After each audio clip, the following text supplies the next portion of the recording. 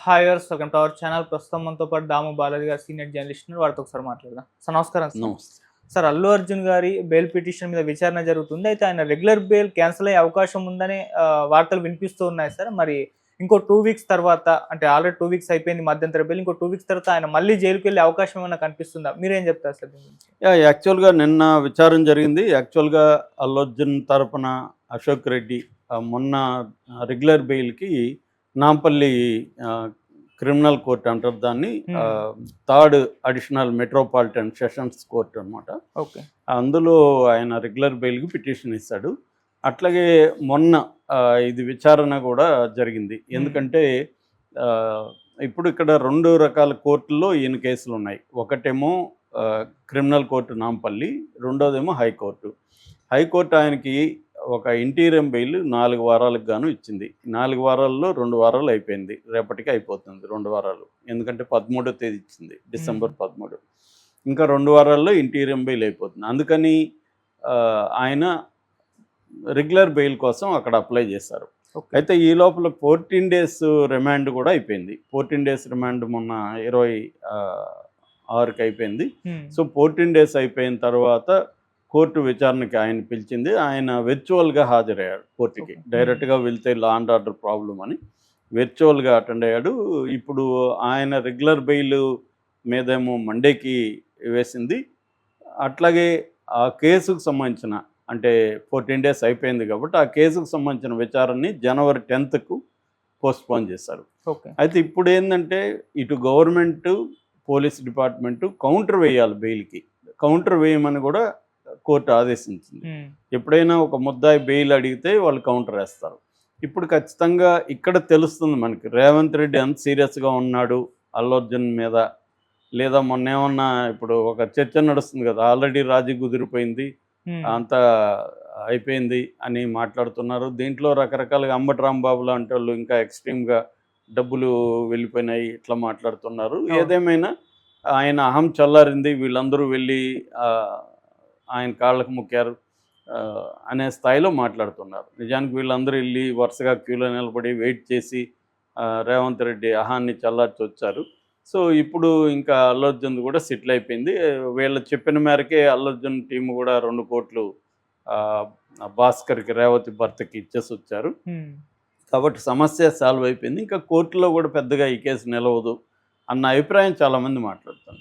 మామూలుగా స్ట్రిక్ట్గా కోర్టులో ఇది చేసిన చాలామంది సుప్రీంకోర్టు అడ్వకేట్ల అభిప్రాయాలు కూడా నేను విన్నాను. ఎందుకంటే ఇది నేషనల్ వైడ్ డిస్కషన్ జరిగింది కాబట్టి సుప్రీంకోర్టు కూడా అడ్వకేట్స్ కూడా ఈ కేసును పరిశీలించి ఏ సెక్షన్లో పెట్టున్నారు అనేది చూసి వాళ్ళు చెప్పింది కూడా ఏంటంటే, అంటే 3 సెక్షన్లు పెట్టారు. ఒకటి 105 BNS, Bharatiya Nyaya Sanhita, culpable homicide not amounting to murder. అంటే నాలెడ్జ్ ఉంది కానీ ఇంటెన్షన్ లేదు. అంటే నేను వెళ్తే చనిపోవచ్చు అన్న ఒక నాలెడ్జ్ అతనికి ఉంది కానీ చంపాలనే ఇంటెన్షన్ లేదు. అలాంటి దాన్ని 105 సెక్షన్ కిందకు వస్తుంది అనమాట. మామూలుగా యాక్సిడెంట్లు అవన్నీ కూడా ఈ సెక్షన్ కిందకు వస్తాయి. ఈ సెక్షన్లో కూడా మినిమం 10 ఇయర్స్ నుంచి మ్యాక్సిమం లైఫ్ కూడా పడే అవకాశం ఉంది. అట్లాగే 118 బిఎన్ఎస్, 118 కింద ఏమంటే voluntarily causing hurt to somebody with dangerous weapons. ఈ సెక్షన్ ఒకటి పెట్టారు. మూడో సెక్షన్ 3.5 అనే సెక్షన్ పెట్టారు బిఎన్ఎస్. ఈ సెక్షన్ ఏం చెప్తుందంటే, ఒక గుంపుగా వెళ్ళి ఒకరిని గాయపరచాలని, హాని చేయాలని ఇంటెన్షన్తో ఒక సమూహం వెళ్ళినప్పుడు ఆ సమూహంలో ఉండే వ్యక్తి కూడా తనే వెళ్ళి తనే చంపడానికో గాయపరచడానికి వెళ్ళినట్టుగా భావిస్తారనమాట. ఆ సెక్షన్ కూడా అల్లు అర్జున్ 3 సెక్షన్లు పెట్టారు అల్లు అర్జున్ మీద యాక్చువల్గా.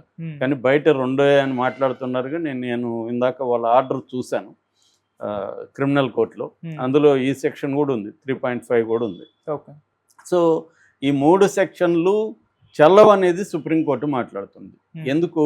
ఆయనది ఏమన్నా ఉంటే మహా అంటే నెగ్లిజెన్స్ ఉండొచ్చు, కానీ ఆయన ఇంటెన్షన్తో వెళ్ళలేదు, గాయపరచాలని వెపన్స్తో 118 వెళ్ళలేదు.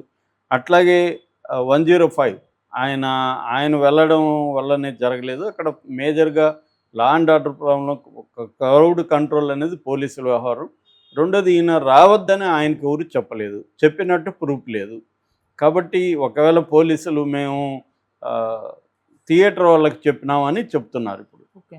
వాళ్ళు కూడా పోలీసులు కూడా అల్లు అర్జున్కి చెప్పామని చెప్పట్లా, మేము థియేటర్ వాళ్ళకి లెటర్ రాసామని చెప్తున్నారు. అది కూడా ప్రూవ్ అవ్వాలి. థియేటర్ వాళ్ళకి లెటర్ రాసి థియేటర్ వాళ్ళు ఈయనకి చెప్పకపోతే థియేటర్ వాళ్ళ బాధ్యత అవుతుంది, అల్లు అర్జున్ బాధ్యత కాదు. రెండోది ఆయన రోడ్ షో చేశాడు అనేది వీడియోలో ఏదో రిలీజ్ చేశారో అది కూడా కోర్టులో నిరూపించాలి. ఆ వీడియో కరెక్టా కాదా, ఎక్కడ పైకి లేసి చెప్తున్నాడు, రోడ్డు పొడవునా అలాగే వచ్చాడా, అవన్నీ కూడా రేపు కోర్టులో అవన్నీ నిరూపించినా కూడా already Shahrukh Khan case, similar case వడోదరలో 2017లో ఆయన రైల్వే స్టేషన్లో చేతులూపుతూ టీషర్ట్లు అవన్నీ విసిరేస్తున్నప్పుడు అభిమానులు పట్టుకునే క్రమంలో చనిపోయారు. ఆ కేసులోనే సుప్రీంకోర్టే ఈయన తప్పేం లేదని కొట్టేసింది. అందులో అన్న ప్రోయాక్టివ్గా ఆయన విసిరేయడం, ఇతను అవేమి కూడా చేయలేదు ఇక్కడ. కాబట్టి సుప్రీంకోర్టు అడ్వకేట్లు చెప్పేది ప్రకారం అయితే అల్లు అర్జున్కి ఏ రకంగా ఈ కేసు, అసలు ఈ కేసే లేదని షారుఖ్ ఖాన్ అడ్వకేట్ ఇంటర్వ్యూ చూశాను నేను. ఈ షారుఖ్ ఖాన్ అడ్వకేట్ సుప్రీంకోర్టులో ఆర్గ్యూ చేసిన అడ్వకేటే, కరంజేనో ఏదో ఉంది ఆయన పేరు. ఆయన అల్లు అర్జున్ విషయానికి వచ్చినప్పుడు ఆయన ఏం చెప్పాడంటే క్లియర్గా అసలు ఇది కేసే లేదని చెప్పాడు ఆయన. సో అందువల్ల కోర్టులో ఇది నిలబడే కేసు కాదు. అందుకనే రేవంత్ రెడ్డి ప్రభుత్వానికి కూడా ఇది తెలుసు. కాబట్టే వాళ్ళు ఇక్కడ బయట అతన్ని దోషిగా నిలబెట్టి ఈ సంఘటన ఉపయోగించుకొని సినిమా ఇండస్ట్రీ మీద ప్రెజర్ తీసుకొచ్చి తమకు సరెండర్ అయ్యే విధంగా చేసుకోవాలనేది ఉద్దేశం ఉన్నట్టుగా చాలామంది వ్యాఖ్యానిస్తున్నారు. సో ఈ క్రమంలో ఇప్పుడు అల్లు అర్జున్కి బెయిల్, రెగ్యులర్ బెయిల్ వస్తుందా రాదా అనేది చూడాలి. అంటే కోర్టులో నిలబడడం వేరు, ఈ లోపల అతన్ని జైలుకి పంపించడం వేరు. సో ఇప్పుడు కానీ జైలుకి పంపించాలని కానీ రేవంత్ రెడ్డి ప్రభుత్వం సీరియస్గా అనుకుంటే ఇక్కడ సీరియస్గా అపోజ్ చేస్తారు. అతనికి బెయిల్ ఇవ్వద్దండి అని అపోజ్ చేస్తారు. ఎందుకు బెయిల్ ఇస్తే అతను, బెయిల్ ఇవ్వకపోతే బయటే ఉంటే అతను ఇన్ఫ్లుయెన్స్ చేస్తాడు, ఆల్రెడీ వాళ్ళకి డబ్బులు ఇస్తున్నారు, 2 కోట్లు ఇచ్చారు, ఇవన్నీ చెప్తారు రేపు. కానీ ఇప్పుడు 2 కోట్లు ఎవరు ఇప్పించింది? దిల్ రాజు ఎవరు? FDC chairman.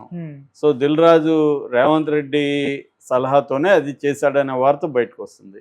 మరి వీళ్ళే 2 కోట్లు ఇప్పించినప్పుడు మామూలుగా అయితే లీగల్గా ఇవ్వకూడదు. ఎందుకు?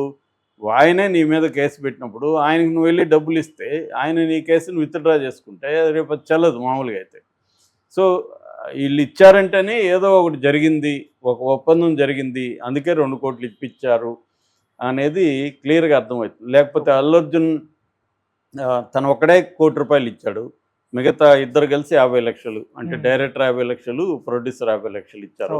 సో అంటే అర్థమేమి, అల్లు అర్జున్ తన మీద ఎవడైతే కేసు పెట్టాడో వాళ్ళ భార్య చనిపోతే వాళ్ళకి డబ్బులు ఇవ్వడం అనేది లీగల్గా ఇబ్బందికరం. ఇప్పుడు నేను ఎవరినో చంపేసి నేను డబ్బులు ఇచ్చేసి వాడికి నా కేసు విత్డ్రా చేయించాను అనుకో, లీగల్గా రేపు ఎట్లా అది కుదురుతుంది? కోర్టు ఒప్పుకుంటుందా? మరి ఎందుకు ఇచ్చారు అంటే ఏదో జరిగింది అనేది ఇప్పుడు జనాలకి డౌటు. సో ఈ బెయిల్ని పోలీసులు ఎంత గట్టిగా వ్యతిరేకిస్తారు అనే దాన్ని బట్టి ఇతనికి బెయిల్ క్యాన్సిల్ అవుతుందా, అంటే వీళ్ళు ఇచ్చింది అయిపోగానే రెగ్యులర్ బెయిల్ రాకపోతే ఆయన జైలుకి వెళ్ళాలి. సో ఇంకా 2 వారాలు టైం ఉంది. 2 వారాల తర్వాత ఈ లోపలగానే ఆయనకి రెగ్యులర్ బెయిల్ రాకపోతే జైలుకి వెళ్తాడు. కానీ వాతావరణం చూస్తే రెగ్యులర్ బెయిల్ వస్తుంది